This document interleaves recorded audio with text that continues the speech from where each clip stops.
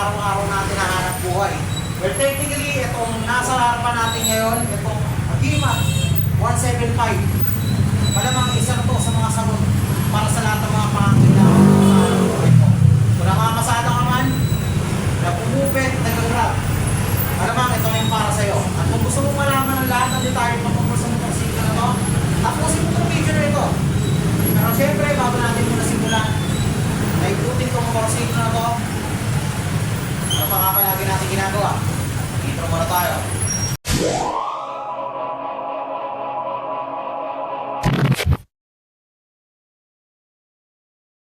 Okay, so syempre, Agimat 175 na Euro 3.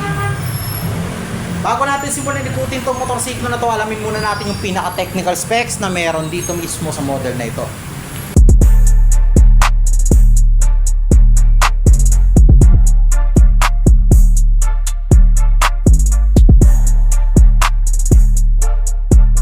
Okay, so naikot na rin natin lahat ng mga pinaka-special features na meron dito mismo sa motorsiklo na to. Siyempre, ano nga pa mga bangintay natin? Simulan na natin yung walkthrough para dito mismo sa model na ito. Simulan na muna natin to dito mismo sa kanyang front section na kung saan makikita natin yung pinaka-ilaw niya. And also pati na rin yung kanyang turning lights dito mismo sa magkabilang gilid. Yung turning lights nito is naka-bulb type pa rin as of the moment. Pero ang nagkaiba lang dito talaga kung tutuusin is yung kanyang pinaka headlight niya dito sa motorsiklo na ito. Kasi bakit? Naka LED projector light na rin yan mga dre. Kung mapapansin din natin mabuti na yung daytime running light niya is hugisinag din ng araw. Hindi lang siya masyado makita dito, ayan. Pero ayan, papakita ko yung pinaka-action na itsura dito mismo sa gilid. Ayan, so mapapansin nyo yung action na headlight nito is may pagkahugis araw. Meron siyang bilog na naka-center point, which is yun yung pinaka projector light niya. Din at the same time, yung daytime running light niya is dito sa magkabilang gilid is yan yung nagsisilbing parang sinon ng araw para dito mismo sa motorsiklo na to. So, bukod pa dyan, syempre, ayan, makikita din natin yung emblem ng 8KM. Tapos punta tayo dito mismo sa may bandang baba. Naka-spokes wheels tires pa ito. Itong mismong motorsiklo na to. Tapos, ang mismong gulong nito is naka 2.75 by 17 yung actual na size. Naka drum brake pa rin. Naka drum brake din itong motorsiklo na to. Plus, meron siyang suspension na telescopic port dito mismo sa may bandang front with matching suspension covers na rin. Ngayon punta tayo dito mismo sa pinaka-rider section ng mismong motorsiklo na ito. Dito mismo sa rider section, mapapansin din nga natin mabuti na etong mismong actual na bike na to is ginagamitan siya ng analog instrument panel. So dito mismo magkaiwalay yung speedometer tapos yung tachometer ng mismong motorsiklo na to. Tapos andito rin yung odometer niya, ayan. So ito yung tachometer niya, tapos ito yung pinaka speedometer. Nasa gitna rin yung kanyang gear indicator, high beam and low beam indicator, plus yung turning lights sa magkabilang gilid.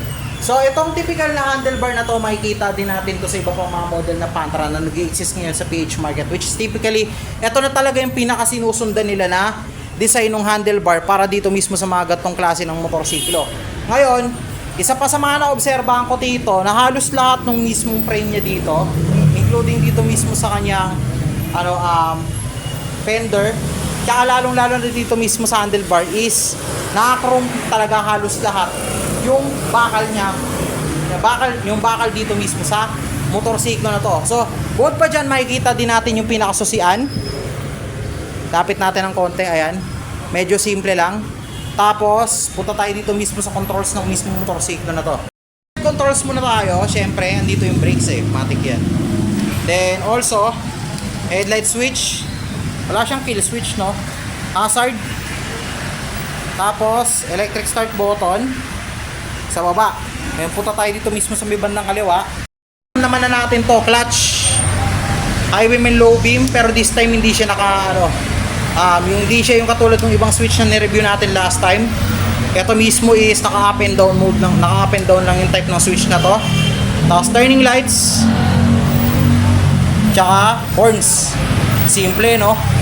Tapos ito yung actual na fuel tank niya. Saktong-sakto lang din to. Ngayon hindi ko pa kasi nakikita kung ilan yung pinaka pinaka fuel capacity na ito. Ang galingan talaga ng pagka-design dito, talagang kinuha talaga nila pang Pinoy na pang Pinoy talaga yung ano yung pangalan ng model na to, Agimat. Ayan o, may anting-anting pa rito. Papansin din natin mabuti na naka-backbone type na nga rin ito mismong motorsiklo na to. Carburetor type din ang gamit. Tapos, ito yung actual na pegs niya. Ayan, rubberized. Ang actual na transmission nito is naka 5-speed manual transmission to. Tapos, itong mismong motorsiklo na to is meron na rin siyang kickstart added. So, maswerte yung maganda itong unit na ito since meron tayong pang backup na po pwedeng gamitin pang start ng engine if ever na hindi gumana yung electric start button natin para dito mismo sa motorsiklo na ito. Okay. Punta tayo rito mismo sa kanyang seat. Actual seat niya, pagkamalambot din, and technically, same din ng iba pang mga Pantra na nire-release dito mismo sa PH market. Hulmang-hulma talaga halos, pero malaki lang talaga ang pinagkaiba in terms of design implementations pagdating dito mismo sa kanyang overall design dito mismo sa appearances niya. Makikita din natin yung pinakapangalan, Agimat 175. Tapos, baba tayo ng konti. Pantra, obviously, ganito talaga implementations niyan. Dito mismo sa harap, yung pagka magi-gear up tayo. Tapos, dito naman sa likod kapag mag-gear down tayo or di kaya magbababa tayo ng ano natin, gear natin para dito mismo sa motorsiklo nito. So, bukod pa dyan, yung kanyang suspension, nakabalot lang. So, 4 ang suspension nito dito mismo sa may bandang likuran. 2 dito, 2 dun sa kabila. Tapos naka-chain type na rin, naka-chain drive na rin ito dito mismo sa motorsiklo na ito. Plus, meron din itong actual tire size na is nasa 3.0 by 17 dito mismo sa may bandang likuran. Ayan. Okay, so dito mismo sa pinakalikod, mapapansin natin yung kanyang fender. Talagyan ng plate na nakadirekta na dito mismo sa kanyang tail light. Tapos yung dalawa niyang turning lights dito, di na makita yung isa yan. So lahat ng ilaw dito sa likod is naka bulb type pa rin. Then also chrome plated din yung kanyang fender sa likod with matching extended fender na rin dito mismo sa may bandang likuran. Ayan.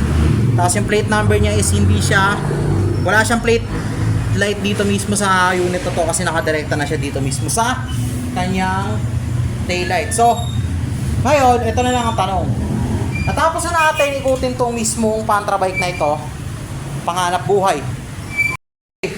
So ayun, simulan natin.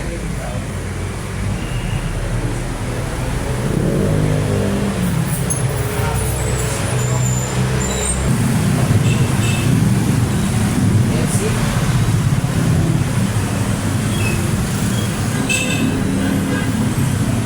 Okay.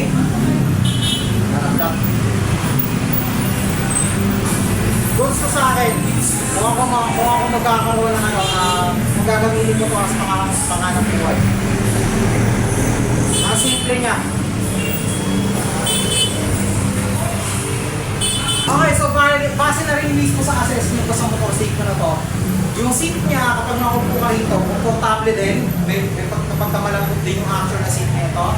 Then also, obviously, napakasimple lang nito dalhin. Upright din ang position ko rito, and at the same time, hindi naman ako gaano hirap na dalhin tong motor na to. Especially kapag halimbawa na medyo may lubak yung dadaanan natin. Especially ito, medyo may pagkalubak yung mga daanan natin dito sa karamihan ng mga ibang daanan natin dito mismo sa Pilipinas eh. So, matik yun. Ngayon, nasa sa inyo na lang kung anong gagawin yung modification dito or adjustments para mismo umayon sa terrain na kung saan yung gagamitin ko mismo itong signal na to. But then, ito masasabi ko, sok na sok to para sa panghanap buhay mo bilang isang mamamayang Pilipino. So yun, ngayon natapos na natin ikutin yung action ng motorsiklo na to ngayon. Simulan na natin i-flash out sa screen yung pinaka-actual na price na itong model na ito.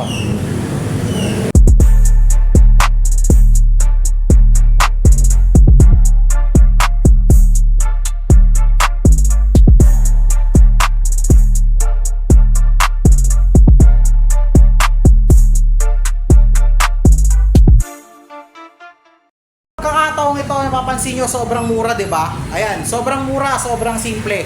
Pwede sa hanap buhay mo, mapa-tricycle driver ka man, grab driver ka man or anything else na basta mayroong kinalaman sa hanap buhay mo bilang isang motorista. So ayan, sa pagkakataong ito, hanggang dito na lang muna tayo mga dre.